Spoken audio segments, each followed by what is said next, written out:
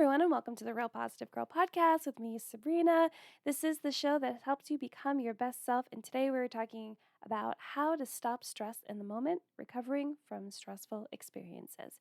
But before we jump into that, I want to welcome you to come say hi to me on Instagram or on TikTok. I'm at Sabrina Joy Perozzo. You can look at how to spell that username down in the show notes below. I also invite you to come say hi to me via email. You can send me an email to realpositivegirlpodcast@gmail.com. If you have any questions, comments, concerns, prayer requests, you need help, advice, whatever you need, just send me an email and I will respond to that. You can also sign up for my weekly newsletter that comes out every single Wednesday afternoon, early evening-ish, depending upon where you live.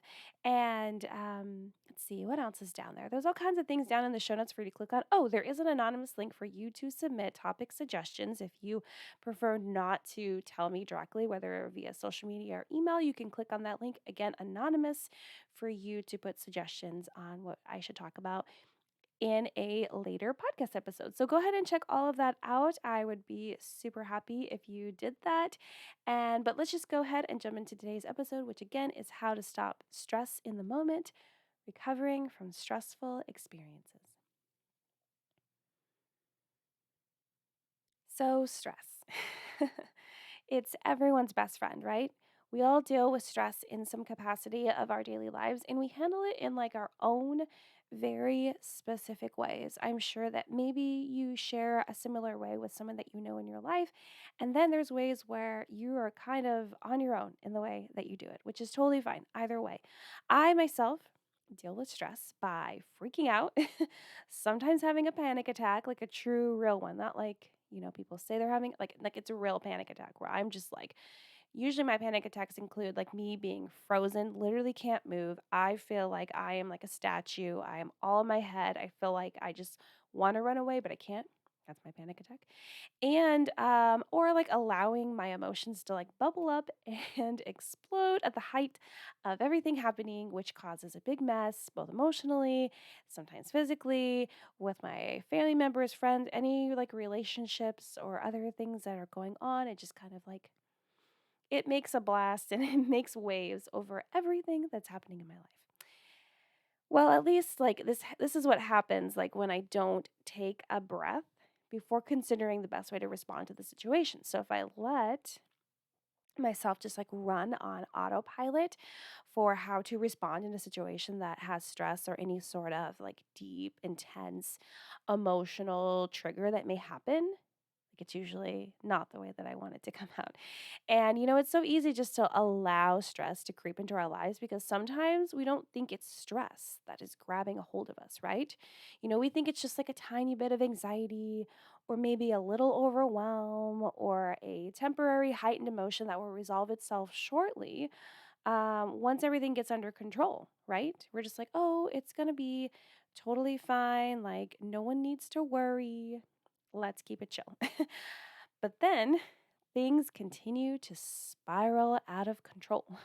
Now what? It's like, oh my gosh, like, okay, things did not go the way that I wanted to. They didn't just like chill out as I anticipated they would. Crap. Now, what are we going to do? We just like let stress take us over and do as it pleases, right? If we're just like not prepared. But we all know this isn't the way, like what we want to happen. Absolutely not. But we don't know what the best way to respond or snap out of this automatic response is. A lot of times we just allow our natural progression of our emotions and our responses just do its thing because we're like, oh, it's like naturally programmed in, right? And then I feel like some things are and other things we need to tighten up because of the way that we learn them and how we learned it the wrong way and we didn't realize it. That's not the best way to go about it. So we just sometimes it how should I say this? I didn't write this in my notes, just so you know. That's why I'm like, how should I say this?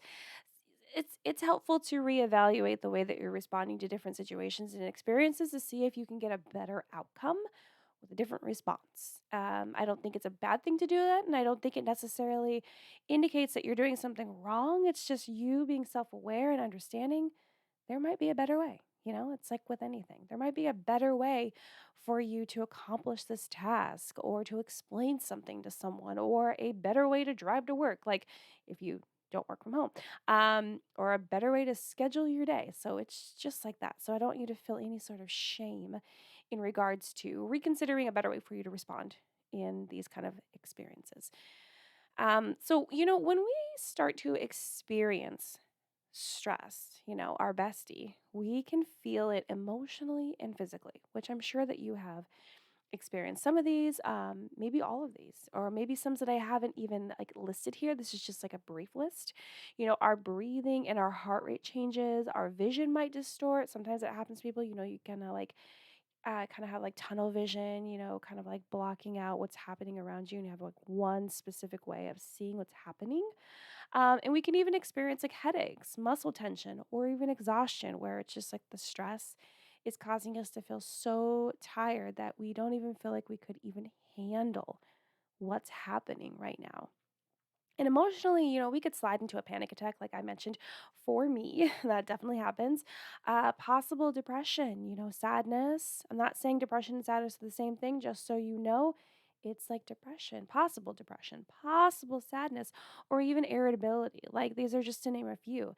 It just all depends on how our bodies decide to naturally handle the stress before we decide to go in there and tinker around and be like, let's try to make this a little bit better, right? Which again is a totally okay thing to do. Mind you, some stress in life can be a positive thing. Like if you learned about the body's reactions, some stress can definitely be positive because the stressor that we are experiencing is like challenging and motivating us to keep going and not give up and kind of like keep our engines going, or it keeps us alert to stay safe and like out of danger, which is very similar to fear. There is a good, like, if there's an amount of fear that's healthy for us all to have. But today, we're going to focus more on the stress that happens when we are focusing on our fears manifesting. Because a lot of times, we give into the stress and how we are going to respond because of the fears that we have, and we're afraid of them manifesting, or rather happening in the terrible way that we anticipate it would. So, when you're dealing with stress, you're not going to want to stop and think, right? Like when you're in it, you're smack in the middle of that stressful situation. You're not going to want to stop and think. That's not like your first like, okay, let's just do that. Let's give it a second, third, fourth thought. That's not like your natural immediate response. You don't want to stop and consider what the best course of action is in that given situation, and you might even tell yourself that you cannot do that. You might be like, "Oh no." Like if I were to like just meet you and be like, "Yeah, you can like stop and think." You're like, "No, I cannot." Absolutely not, Sabrina. I cannot do that. Let's hold on here. But it isn't true. It isn't true. You can. You can do this. You can. You just need to practice doing so and then know what to do immediately next. I feel like that is the key. The key is to know that you can, right? It all starts with believing that you actually can do something, and then you have an action ready to take so that you can do it and you can move forward. Because once you take that action and you see that it works out, you're more likely and willing to take the next action and the next one, and the next one. And the more actions that end up being positive, the less likely you are going to give up when one doesn't work out. So it's really hopeful that it works out a bunch in the beginning. And then if you do get stalled out in the middle, you're like, okay, well, you have to take the time to really reflect back and be like, okay, well, it did work out a lot and it's only not working out right now. And that doesn't mean that it won't work out in the future. When you've like worked on your mindset enough to like really analyze the situation fully, it can be really helpful. But yes, so you just need to practice doing it and then know what to do immediately next. A lot of times we don't think we can do something different than our natural response because we have a fixed mindset. We have trouble believing that we can change and grow. And so maybe you haven't heard, like, there actually is analysis and a book, a great book that I'm in the middle of reading, talking about the fixed mindset versus the growth mindset. You can even just Google this on your computer, on your phone, or whatever, and look it up. It is so insightful. And maybe you've already heard of it, which is absolutely great. Like with a fixed mindset, like we have trouble believing that we can grow and change as opposed to a growth mindset we actually believe that we can grow and change and we don't feel like we are stuck and allowing ourselves to just like take up full residence in our comfort zone. No, that is for the fixed mindset. The growth is for like knowing that we can just continue to push forward and try to do the best we can.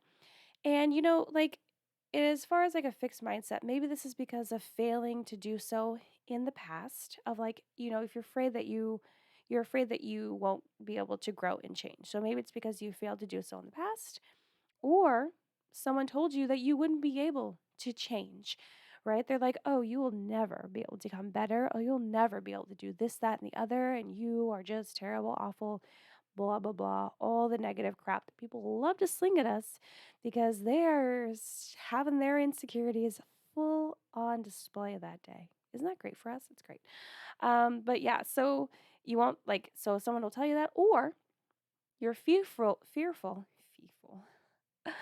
you guys, or you're fearful of what will happen if it doesn't work out like you would like it to, right? You're like, you have expectations, you have an outcome in mind, and it doesn't turn out that way, or you're afraid that it won't turn out that way, and you're just like, oh, I don't know, like, does this even seem worth it, right? Like, does this even seem worth it? But regardless of the reason, you got fear like built in, and it's preventing you from believing in yourself enough to take the first step towards change and growth. Because again, if you're able to get that first action step taken, it's easier to take the next, and etc. on and forward. It's that fear that we need to beat out, to be completely honest. And you can do that at any time, again, by taking the action towards making a change. And just so you know, if you'd like to learn more about fixed versus growth mindset, the episode being released after this one, so later this week, if you're listening to this episode on August 1st, 2022, the episode following this one later in the week will be all about fixed versus growth mindset, and will help you take the action steps, or take the steps towards making an action so that you can continue on that path and journey to shift your mindset from fixed to grow. So, if you want to learn more about that, you can next episode.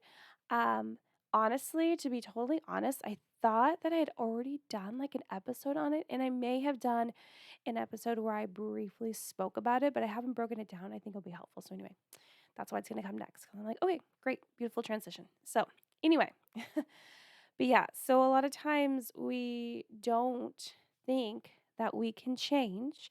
We don't think that we'll have the ability to change the way that we respond to things because we're so caught up in a fixed mindset. So once we're able to figure that out and like understand that we can change and we can take action steps, then we're better able to understand that yes, we can do what it takes to stop and reconsider, how do I want to respond? But today we are going to talk about what to do when we are faced with stressful situations and how to respond to manage that stress like right then and there. So here are 7 tips on how to stop stress in the moment that I think will greatly help you. As always, this is not a conclusive list. Maybe some of these, tips and advice that I have gotten through research, my own experience, other people's experiences will be helpful for you. But if they are not, please do your own research. Find tips that will better suit you. Ask like a professional therapist to help you better understand what would work best for you. Again, it's just some advice and some ideas on what could maybe help you. So we got 7. I'm very excited about them, and I do genuinely hope that they help you. You know what I mean? So okay. So the first one, I feel like some people are not gonna like this one because they're gonna like roll their eyes and be like, oh, why? Why, Sabrina? So the first one is acknowledge that you're stressed. Acknowledge. Acknowledge that you're stressed. Don't run from it, right? So you have to acknowledge that you are stressed. A lot of times we can go through emotions and we will not acknowledge that we are actually experiencing that emotion. We're just like, oh no, we're fine. That general response, how are you doing? I'm fine. I'm okay. I'm great, and it's all a lie. It's all a bunch of bull honky, right? We're not doing fine. We're stressed. We're overwhelmed. We're on the cusp of major panic attack, anxiety attacks, something, right? But you have to acknowledge that you're stressed. I'm not saying that you have to shout it to the rooftops and tell the world, kind of like I do on here and social media, but you need to acknowledge it at least to yourself. This could help you by acknowledging, hey, I'm stressed. Whether you say it out loud or you just say it in your mind, this could really help you ask for help because you know you need it and some sort of assistance in this situation, or rather, it'll help you release a little bit of the burden that you have because you're accepting your current reality. And you're like, okay, I can accept that I'm actually going through stress right now. And so it doesn't feel as burdensome because I'm not trying to hide from it. I'm not trying to run from it. I'm just like, this is we out here in the stress. This is where we are. I'm accepting my current reality. We're not going to pretend. It's much easier for you to deal with your emotions when you're not pretending that they don't exist. I'm just here to say that. Okay, so acknowledge that you're stressed. Number two, break down why you're stressed if time allows. Sometimes when you're in a stressful situation and you need to mitigate and manage that stress, you don't have time to do this. But if you do, it's super helpful. Even if you can do it just really quickly for like 60 seconds. And the better, and you might be like, that's impossible, Serena. No, the more you do it and practice it, it will become a lot easier for you to just quickly go through these questions in your mind, answer honestly for everyone in the back. Like, answer honestly, please. And then you would be able to do this exercise in 60 seconds of really just like breaking down, like, why are you stressed? So you're asking yourself, why are you stressed? Maybe you're stressed because I don't know, like, why are you stressed? You're stressed because you're late to a really big presentation at work, right? Okay. So that's why you're stressed. What triggered your stress? Well, the fact that your alarm didn't go off, or it took more time than you realized to get ready, or there was an accident on the road, or you got pulled over, or something happened. That's what triggered your stress because now you realize you're going to be late. You've honestly recognized the fact that whatever happened is going to cause you to be late to this presentation. What fears do you have that are wrapped up in this stress? Okay, you're afraid that your boss will be upset with you. You're afraid that you'll actually miss giving the presentation at all. You're afraid that this will affect your job in total. You're afraid that you won't get this opportunity again. You're afraid that people will, you're afraid of what other people's judgments and opinions are going to be, like whatever it is. And regardless of the fact that people's judgments and opinions don't really matter, I understand though that we can still feel stressed about that, right? We're all human, we're not perfect. We have those issues. Like we're just, we struggle with those things. I struggle with people's opinions and judgments. It's okay. You don't have to feel shame about it.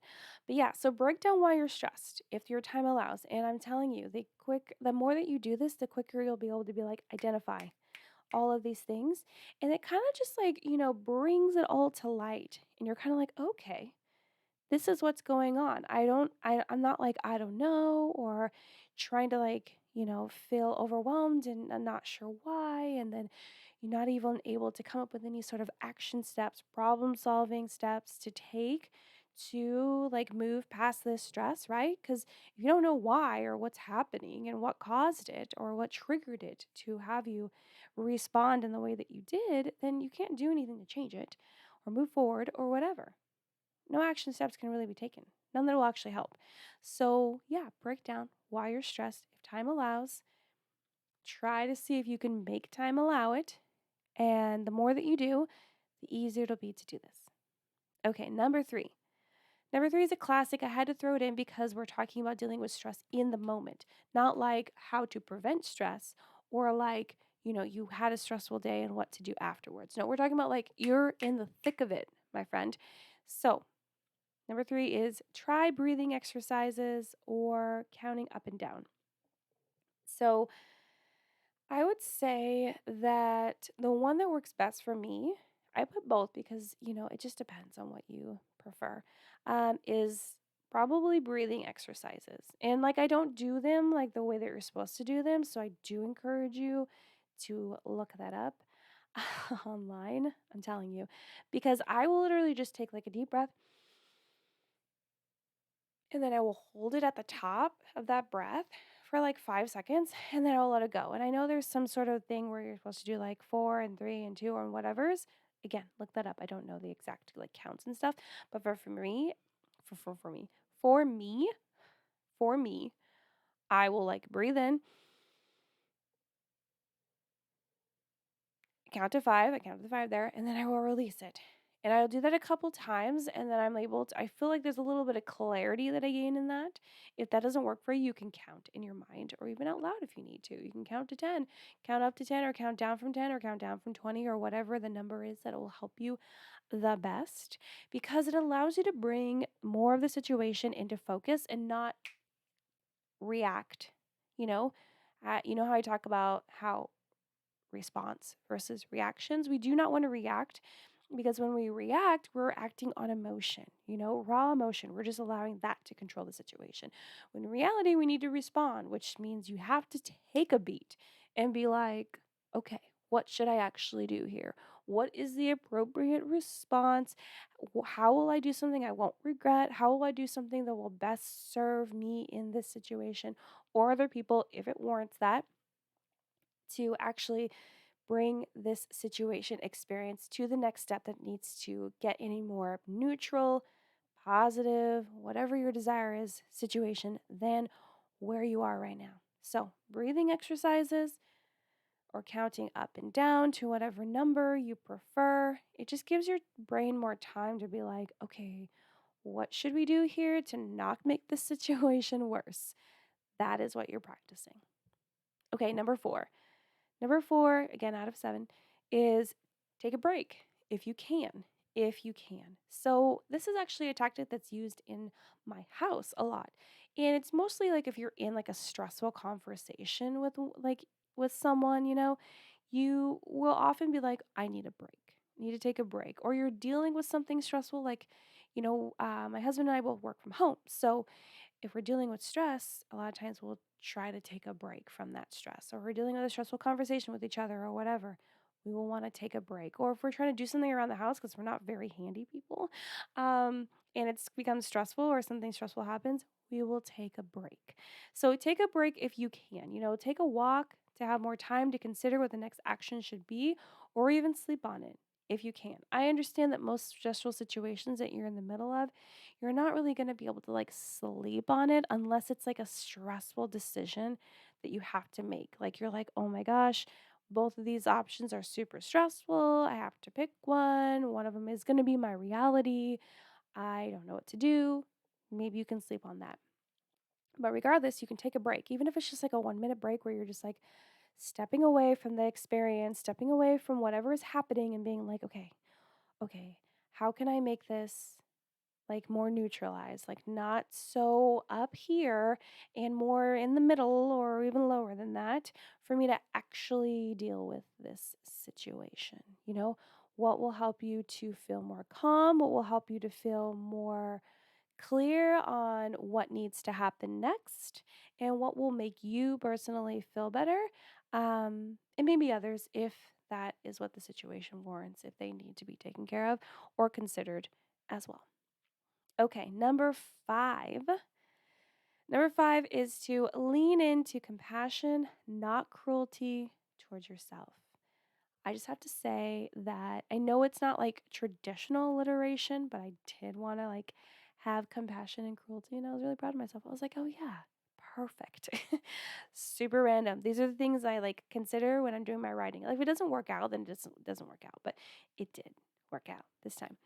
So lean into compassion, not cruelty towards yourself. A lot of times when we're in the middle of stress, we'll tell ourselves, I can't do that, or I'm so terrible at this, or this is going to turn out terrible or horrible, or I'm going to make a mistake, or I am not going to make the right decision, or I can't believe I did make that decision. Oh my gosh, I'm such an idiot. Now what am I going to do? Blah, blah, blah, right? You're being super cruel to yourself. You're being mean. You're really just saying all of these negative things. There's no positive, there is no actual problem solving happening. You're just really being a downer on yourself. And when you're in the middle of stress, that's like the last thing you want to do because it's just going to contribute to more stress. And who wants more stress? Who wants like a Sunday with stress on top of the already boat of Sunday stress? It's just too much. It's too much. So you want to lean into more compassion towards yourself. You want to be like, okay, I can handle this. Or, okay, I made a mistake, but what can I do to fix this? Or what can I do to move forward as smoothly as possible? Or what can I do to solve whatever problem is happening, right? Be more compassionate and accepting of the fact that you're not perfect and you are doing the best that you can in the moment, despite making a mistake or a failure or whatever may be happening, or that you can do this new thing that seems really scary and like too much, or you can like manage this situation that you have never imagined you managing ever before, but you have to because that's just the situation and experience that you are currently being thrown into. You can do it.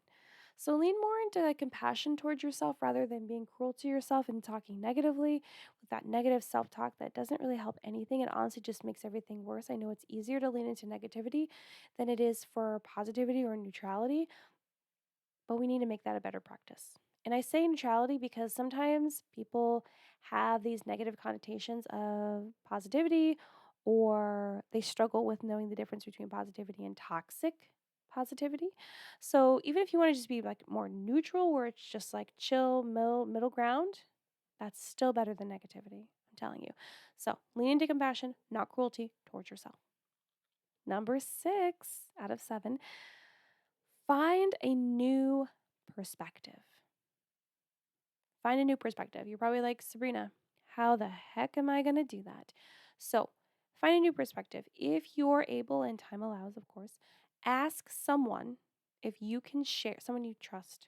Okay. Um, Ask someone if you can share your stress with them, meaning you will tell them what's going on and what is causing you to feel stressed, and have them give you feedback. So sometimes seeing your situation from another angle can help. Like it can really just help you release some of those fears and parts of your mindset that are caught up in the negative part of the situation rather than seeing the opportunities and the positives that could come from what's happening or come in the near future. So you're going to be like, hey, so and so. I'm not going to say a name because I don't want anyone to feel like, you know, caught up. So, hey, so and so, I have this really big fear and all this stress about the fact that I'm going to, lose my job because I missed the presentation this morning because I was late to work. I am so stressed out about this. What do you think? And even if they don't know anything about like your job and your presentation and blah, blah, blah, they will be able to just kind of like give you their feedback of like, okay, well, you were late. Did your boss understand why you were late? Are they going to allow you to make out the presentation? If not, is there another way for you to deliver the material you were going to speak on to that group of people, maybe via email or like a slideshow or like our video recording or something like that? Are you able to reach out to your boss and let them know how bad you feel for what happened, but there was nothing that you could do to fix it if it was like a car accident or something like some sort of traffic thing that happened and you actually were on your way on time? Anyway, um, so yeah, so just having someone else like give you their perspective of what's happening can help you widen your perspective and be like, oh, maybe this isn't as bad as I think it is. Or, oh, look at all these options or choices I could make to move forward in the situation that I didn't even realize were there because I was so focused on like the negatives of what's happening rather than like how this actually could turn into an okay like scenario or better scenarios, like something more positive. So find a new perspective. I know that sometimes maybe you don't have someone that you feel like you could trust. This would make it harder, but you would need to really push yourself to see it from a new perspective. Really try to flip the whole situation in your mind. Think about someone telling you what you're going through, like your best friend or someone you find to be really close to you, and what you would say to them if they told you your problem. Again, this can be really difficult, especially if you're already like high on stress and you're like, oh my gosh, like it's hard to get out of your own mind. But if you don't have anyone that you can actually talk to, you're gonna have to try to do this yourself. And the more that you do it, the easier it will be. And the more people that you talk to get different perspective, it'll be easy for you to widen your own personal perspective and see it from a different angle easier for yourself on your own. So just consider that. Okay, so number 7 and the final one that I have to share with you is for like more of a specific situation. So number 7 is remember their stress isn't your stress. Their stress isn't your stress. So if you're in a situation where you feel like you are feeling stress because of someone else's stress, you need to remember that their stress isn't your stress. You do it like it's hard for empaths who just like soak up everyone's emotions and how they're feeling and they all of a sudden are like a mirror to that person. Um and then all of a sudden that person is fine because you're kind of like soaking it all up and like being super empathetic and sympathetic towards them and then they feel better and then you all of a sudden have taken all that and you don't feel great. So it's tough. It's tough. Not just for empaths, for everyone, but I mean like specifically it's really difficult for them. But you have to remember that someone else, like their stress that they're going through is doesn't have to be your stress, right? Even if they're your partner, your romantic partner, your spouse, whatever, your bestest friend, your parents, your kids, like and with parents and kids, it's really difficult, believe me, because I am a mom, and so it's like hard to be like, oh my gosh, like, and not take on their stress. But if you are taking on their stress, it's hard for you to help them problem solve or know what the next action is, and to kind of help them bring them into a more neutral and positive space. If you are just mirroring exactly what they're going through, right? Um, so it's tough. It's helpful to remind yourself, okay, they're going through this. It doesn't mean I have to go through it. Doesn't mean I have to also feel stress because they're going through the stress. And and that can help you kind of cut back on any sort of stress or negative feelings or overwhelm, anxiety, whatever that you are feeling. Now, it's a different case when like someone brings stress to you and it does directly affect you because they're just passing the news along. Sure, I get that.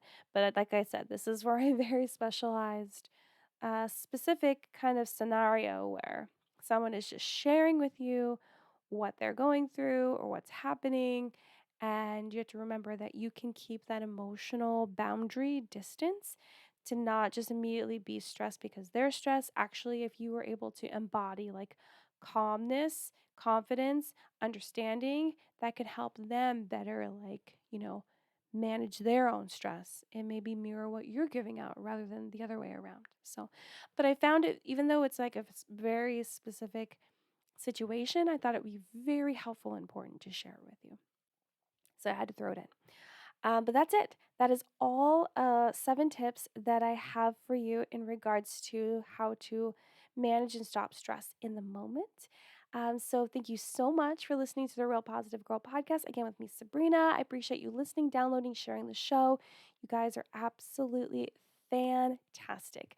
Again, check the show notes below for how to follow me on social media, how to send me an email, how to submit a topic suggestion anonymously, sign up for my weekly newsletter, and anything else that's down there. But until next time, have a good one, and I will see you all next time. Bye, everyone.